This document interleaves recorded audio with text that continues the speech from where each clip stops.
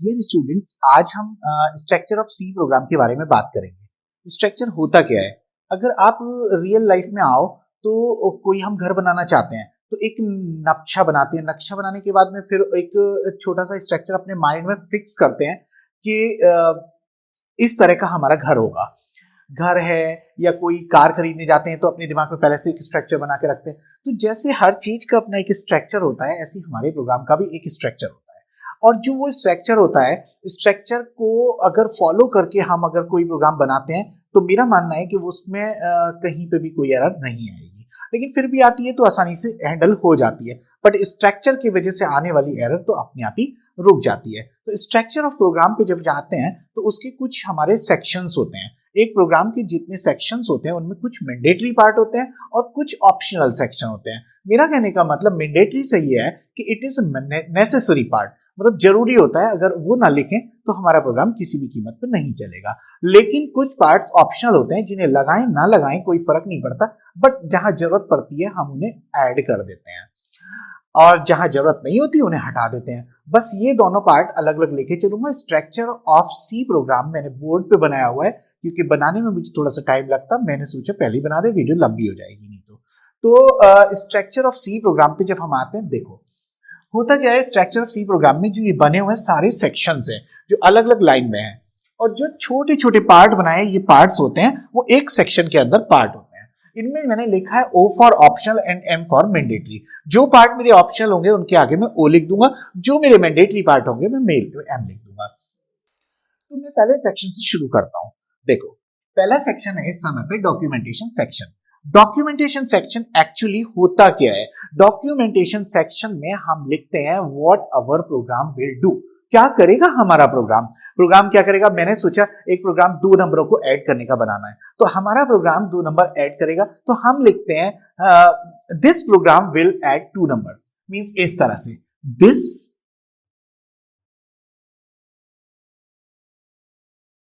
will add 2 numbers।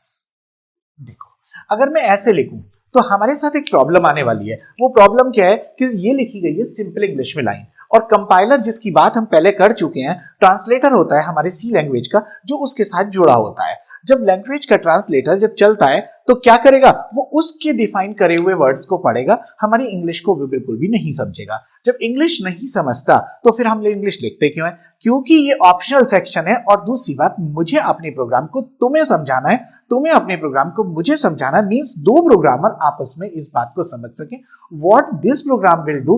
पूरे program को पढ़ने की जरूरत नहीं पड़ेगी। तो हम क्या करते हैं, ऐसे करके कुछ लाइंस लिख देते हैं। ये लाइन एक लाइन भी हो सकती है, एक से ज्यादा लाइनों में भी हमारे प्रोग्राम का डिस्क्रिप्शन हो सकता है। वो डिस्क्रिप्शन डॉक्यूमेंटेशन सेक्शन में अब कंपाइलर को रोका कैसे जाए कि वो ना पढ़े, क्योंकि वो पढ़ेगा तो एरर देगा। तो उसके लिए हमारे पास कमेंट्स होते हैं, हम इन्हें कमेंट्स में डाल देते हैं। कमेंट 2 तरह के होते हैं, एक तो सिंगल लाइन कमेंट,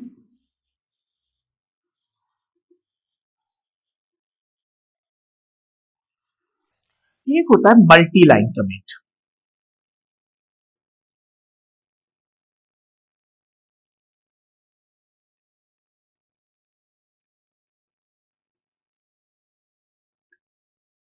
कमेंट्स के बारे में तो मैं अभी आपको बाद में बताऊंगा, लेकिन उससे पहले इन दोनों लाइनों की बात करता हूं। सिंगल लाइन अगर एक लाइन हो तो कमेंट सिंगल लाइन होता है। अगर एक लाइन से ज्यादा हमें छुपानी हो कंपाइलर से तो वो क्या होता है? Multi line. यानी कि इस तरह मल्टी लाइन को लिखने का तरीका है स्लैश स्टार्ट और स्टार स्लैश से कमेंट को बंद, मतलब पूरी लाइन को बंद कर दिया जाता है। और ये डबल स्लैश लगा दो तो वो लाइन बंद हो जाती है, हाइड हो जाती है। कहने का मतलब ये दोनों लगाए क्यों जाते हैं, कमेंट क्यों बनाए जाते हैं और कमेंट होते क्या है? कमेंट्स बनाए जाते हैं यूजर को दिखाने के लिए, बट कंपाइलर से हाइड करने के लिए। अब जिनको लाइनों को कमेंट बनाया जाएगा, compiler will not read these lines. इन लाइनों को किसी भी कीमत पे वो नहीं पढ़ेगा। ठीक है, तो एक कमेंट्स ये होते हैं जिन लाइनों को हमें कंपाइलर को नहीं पढ़ने देना होता, उन्हें कमेंट कर देना होता है। हम कभी प्रोग्राम में कुछ लिखेंगे भी और हमें उसका डिस्क्रिप्शन देना हो तो हम उसी समय पे उसे सिंगल लाइन या मल्टी लाइन कमेंट में भी सेट कर सकते हैं। बट इस समय पे जो बात कर रहे हैं वो हम डॉक्यूमेंटेशन सेक्शन की बात कर रहे हैं। अभी हमारे मुंह से एक बात निकली थी, हमने क्या कहा था कि it is an optional section. तो मैं इसके आगे लिख देता हूं it is an optional section. दिखा, अब आती है बात इसकी। तो इसको सेक्शन को और डॉक्यूमेंटेशन सेक्शन को मैंने ऑप्शनल बनाया और साथ साथ कमेंट भी बना दिया। अगर एक लाइन है तो मैं ऐसे लिखूंगा, एक से ज्यादा लाइन हो तो इस तरह से बंद करूंगा। मेरे ख्याल में आप समझ गए होंगे डॉक्यूमेंटेशन सेक्शन का मतलब क्या है। अगला सेक्शन आता है हमारा linking section. Linking section is the mandatory section. M लिखूंगा इसके आगे। कारण क्या है? देखो हमारे प्रोग्राम में हम कुछ ना कुछ जरूर करना चाहेंगे, मतलब एग्जीक्यूट कराना चाहेंगे, बिना मतलब में तो हम कुछ नहीं बनाते। इसका मतलब अगर हम अपने प्रोग्राम से एक छोटा सा प्रिंट भी कराना चाहते हैं तो प्रिंट के लिए मुझे एक फंक्शन यूज करना पड़ेगा, प्रिंटफ, जो मैं अभी आगे प्रिंटफ इनपुट आउटपुट आएगा मैं ऑटोमेटिकली समझा दूंगा। बट प्रिंटफ अगर मैं यूज करता हूं तो ये फंक्शन प्री डिफाइंड फंक्शन है जिसे लाइब्रेरी फंक्शन बोलेंगे। It is defined inside the header file. Header file के कॉन्सेप्ट भी आएंगे, सब आराम से धीरे धीरे होता जाएगा। लेकिन हेडर फाइल में अगर कोई चीज लिखी हुई है और वो चीज मुझे अपने प्रोग्राम के साथ जोड़नी है तो मुझे क्या करना होता है? लिंक करना होता है दोनों चीजों को। जैसे अगर अपनी कोई स्टोरी ट्रांसलेट करना चाहते हैं और एक छोटी सी उसकी एक वर्ड लिखा हुआ उसका मीनिंग देखना चाहते हैं, you must have to include the dictionary. आपको अपने साथ एक डिक्शनरी रखनी पड़ेगी, जो डिक्शनरी क्या करेगी? वो उसको ट्रांसलेशन देगी। जब ट्रांसलेशन हो जाएगा तो हम अपने आराम से, मतलब मीनिंग पता लग जाएगा तो ट्रांसलेशन कर सकते हैं। उसी तरह से क्या होता है कि हमारे पास ना कुछ फंक्शंस होते हैं जिन्हें लाइब्रेरी फंक्शंस कहते हैं। वो फंक्शन हेडर फाइल्स में होते हैं। उन हेडर फाइल्स को, उन फंक्शंस को यूज करने के लिए हम अपने प्रोग्राम के साथ जोड़ लेते हैं। तो देखो जोड़ते कैसे? सपोज करो मुझे अपनी प्रोग्राम के अंदर प्रिंटफ यूज करना है ना, और ये एक फंक्शन है जो प्रिंट करेगा, वो बाद में बात करेंगे। लेकिन इसको यूज करने के लिए मुझे एक हेडर फाइल है मेरे पास में जिसके अंदर ये लिखा हुआ है, उसका नाम होता है stdio.h। इसको इस तरह से एंगल ब्रैकेट्स में बंद करते हैं और एंगल ब्रैकेट्स में बंद करने के बाद यहां लिख देते हैं हैश देन इंक्लूड फाइल का नाम लिखते हैं और वो भी एंगल ब्रैकेट्स में लिखते हैं। ये खैर अभी जब इंक्लूड पढ़ेंगे तो उसमें तो हम और भी बताएंगे कि डबल कोट्स में भी लिखा जाता है, उसकी बात अभी नहीं करते। अभी सिर्फ बात क्योंकि लिंकिंग सेक्शन की करते हैं। इस तरह से हम क्या करते हैं, एक फाइल को अपने प्रोग्राम के साथ जोड़ देते हैं। ये फाइल क्या होगी? हमारे साथ जुड़ जाएगी। सपोज करो इसके अंदर 100 लाइनें हैं और मेरे प्रोग्राम में 4 लाइनें। जब कंपाइल होगा तो 104 लाइनें कंपाइल होंगी। इसका मतलब ये हुआ कि हमें ज्यादा नहीं जोड़नी चाहिए, जितनी जरूरत होती है उतनी हेडर। ये तो हजारों हेडर फाइल्स है, हमें जिसकी जरूरत हो हम सिर्फ उतनी जोड़ेंगे, बट कम से कम एक जरूर जोड़ते हैं। तो linking section is the must, यानी कि मैंडेटरी सेक्शन है। तो दूसरा सेक्शन आपको समझ में आ गया होगा जो लिंकिंग सेक्शन है। तीसरा सेक्शन आता है डेफिनेशन सेक्शन। अच्छा, हमने अभी अभी जो लिखा था, जो हैश डिफाइन लिखा था ऐसे करके, हैश इंक्लूड लिखा था, इस पूरे का मतलब होता है pre processor directive. Actually pre processor directive automatically आएंगे। मैंने आपको ये भी बता दिया था every statement is ended with semicolon, लेकिन ये एक ऐसा स्टेटमेंट था जिसके आगे मैंने कुछ भी सेमीकोलन नहीं लगाया। क्यों नहीं लगाया? क्योंकि ये हमारा सी का स्टेटमेंट था ही नहीं। ये जो था प्री प्रोसेसर था। प्री प्रोसेसर की जब बात करेंगे तो और बताएंगे। इसके बजाय आप आते हैं डेफिनेशन सेक्शन पे। तो डेफिनेशन सेक्शन में भी हैश डिफाइन लिखा जाता है। डिफाइन आप ऐसे लिखेंगे हैश डिफाइन, और हैश डिफाइन लिखने का मतलब होगा कि कोई चीज हम डिफाइन करना चाहते हैं, मींस जो हमारे प्रोग्राम में पहले से या कंपाइलर को डिफाइन नहीं है उस चीज को हम अपना डिफाइन कर सकते हैं। डिफाइन कैसे? हैश डिफाइन अगर मैंने यहां लिखा पाई 3.14, ना तो इसके इक्वल टू लगाते हैं ना सेमीकोलन लगाते हैं। सेमीकोलन इसलिए नहीं क्योंकि ये प्री प्रोसेसर है। मैंने फिर से कहा प्री प्रोसेसर मतलब कोई स्टेटमेंट हमारी सी का नहीं है ये। तो हमें क्या करना है, इसको ऐसे लिखना है और उसके आगे पाई और 3 पॉइंट। अब इसका लॉजिक होगा क्या? प्री प्रोसेसर ऑटोमेटिकली ये सेट करेगा जहां जहां हमारे प्रोग्राम में पाई लिखा होगा वहां ऑटोमेटिकली 3.14 रिप्लेस कर दिया जाएगा। इसलिए मतलब अगर आपके प्रोग्राम में 100 जगह पाई लिखा होगा तो 100 की 100 जगह 3.14 पहुंच जाएगा। तो ये होता है डेफिनेशन सेक्शन। तो डेफिनेशन सेक्शन में जो चीज डिफाइन नहीं होती उसे डिफाइन किया जाता है। फिर से इसको अगर देखोगे तो it is again and A optional section. Optional section है जो जरूरत पड़ने पे लगाया जाता है। अगर किसी चीज को डिफाइन करने की जरूरत नहीं तो क्यों लगाओगे, ठीक है ना। अगला सेक्शन आता है ग्लोबल डिक्लेरेशन सेक्शन। मैंने ये भी दोनों हटा दिए, अब लेके चल रहा हूं ग्लोबल डिक्लेरेशन सेक्शन। तो जब बात डिक्लेरेशन की आती है तो जैसे डेटा टाइप के द्वारा हम क्या करते हैं कि कोई एक वेरिएबल को डिक्लेयर करते हैं। हमने वेरिएबल तो पढ़ ली है, वेरिएबल में क्या था, इंट रेडियस जैसे लिखा, तो रेडियस का मतलब था कि रेडियस इज ए वेरिएबल जिसकी वैल्यू को कभी भी बदला जा सकता है। बिल्कुल वही चीज मैं यहां पे लिख रहा हूं, दोबारा से वही चीज बता रहा हूं, इंट रेडियस। अगर मैं ऐसे लिख देता हूं तो यहां पे पता है क्या होता है, ये दिस इज डिक्लेरेशन, इसको बोला जाता है डिक्लेरेशन।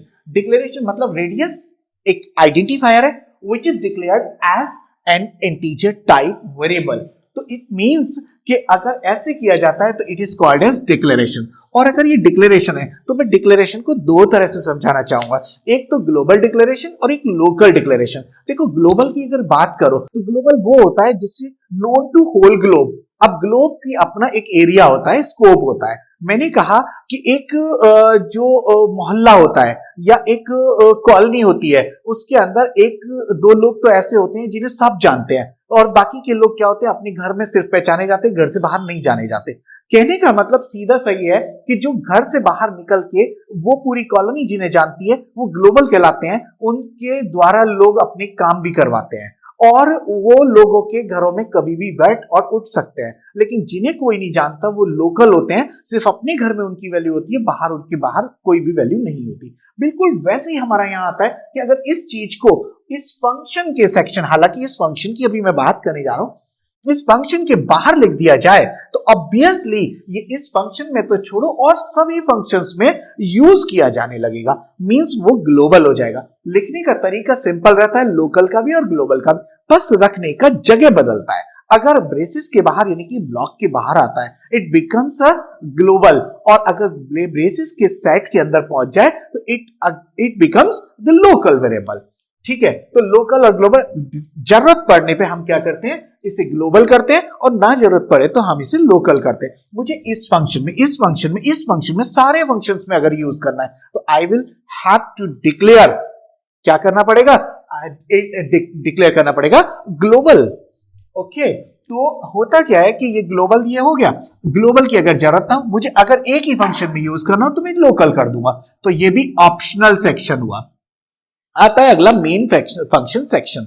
जो मैंडेटरी सेक्शन है होगा क्या, अगर कोई भी फंक्शन, जैसे मैंने अभी प्रिंटफ आपके सामने रखा, प्रिंटफ है, और भी बहुत सारे फंक्शन जो आपके सामने आएंगे, वो सारे फंक्शन कहां कॉल होते हैं, सब के सब फंक्शन कॉल होते हैं हमारे मेन के अंदर। तो मेन एक ऐसा फंक्शन होता है जिसके अंदर सारे फंक्शन कॉल होते हैं, it means it is a mandatory function.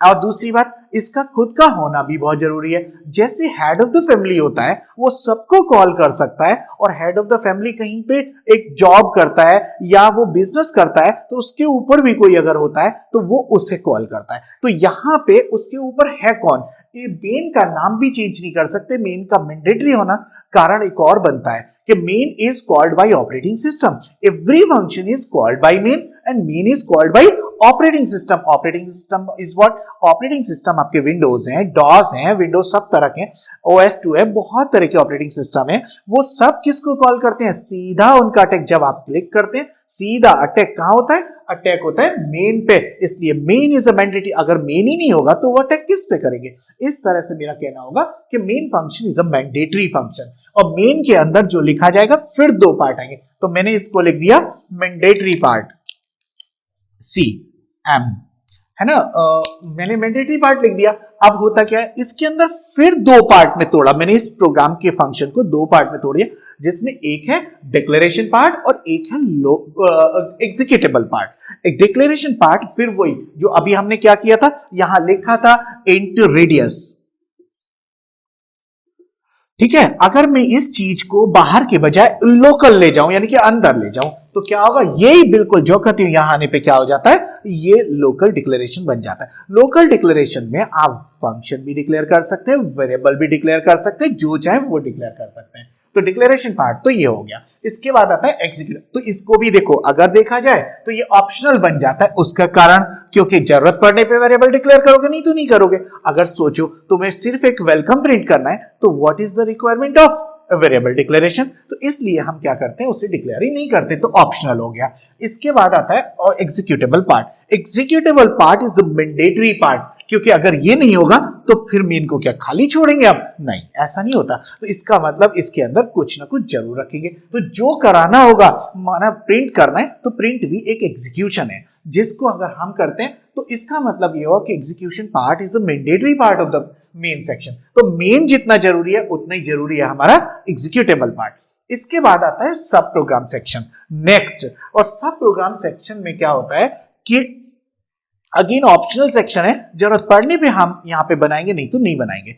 Actually क्या है कि this section will contain the user defined functions. हम अभी शुरू में सारे के सारे फंक्शन यूज करेंगे लाइब्रेरी वाले, लेकिन जरूरत पड़ने पे हम अपने बनाएंगे, और जब बनाएंगे तो उसका एक चैप्टर भी आएगा। तो इसका मतलब ये हुआ कि इसकी जरूरत पड़ने पे बनाएंगे, जब तक चैप्टर नहीं आएगा तो हम बनाने भी नहीं सीखेंगे, और बनाना नहीं सीखेंगे तो फिर बनाएंगे भी नहीं। इसका मतलब ये हुआ कि इस पार्ट का तो जब जरूरत पड़ेगी तभी बनाएंगे। होता क्या है, sub program is a part of program. जब बड़े काम को छोटे छोटे टुकड़ों में तोड़ के करना होता है तो हम बड़े प्रोग्राम को छोटे छोटे सब प्रोग्राम्स में बना लेते हैं, और वो जो सारे प्रोग्राम्स होते हैं सब प्रोग्राम, वो सब यहां लिख दिए जाते हैं। कहां लिखे जाते हैं? मेन के नीचे। और वो सारे के सारे एक हो, एक से ज्यादा हो, व्हाटएवर जितने भी हों, तो उतने सारे के सारे यहां बन जाते हैं, और वो सारे के सारे जरूरत पड़ने पे अपने एग्जीक्यूटेबल पार्ट में मेन की कॉल कर लिए जाते हैं। मुझे लगता है, पूरा उम्मीद है आपको अच्छे से समझ में आ गया होगा स्ट्रक्चर ऑफ प्रोग्राम। अब इसका सीक्वेंस यही रहना चाहिए। आप जो चीज ऑप्शनल है छोड़ सकते हैं, जो चीज मैंडेटरी लिखेंगे, लेकिन सीक्वेंस चेंज नहीं होना चाहिए। अगर सीक्वेंस चेंज होगा तो आपको प्रॉब्लम क्रिएट होगी, एरर बनेगी। क्योंकि सोचो, अगर तुमने मैं एक एग्जीक्यूशन पार्ट में मैं काम करता हूं, z equal to x plus y लिखना चाहता हूं, ठीक है। अब x प्लस वाई, और इसके बाद मैं डिक्लेयर करता हूं इंट x, तो क्या ये पॉसिबल होगा? नाम आप बाद में रखें और यूज पहले कर लें? Never. It means declaration part will be our side of the executable part. इसलिए तो आप यहां पे डिक्लेयर करेंगे इंट x, y, z। जब ये तीनों पहले डिक्लेयर होंगे तो क्या होगा? तीनों के तीनों यूज हो चुके होंगे, हो सकेंगे। मेरी बात आपको बहुत अच्छे से समझ में आई होगी, मुझे पूरी आशा करता हूं।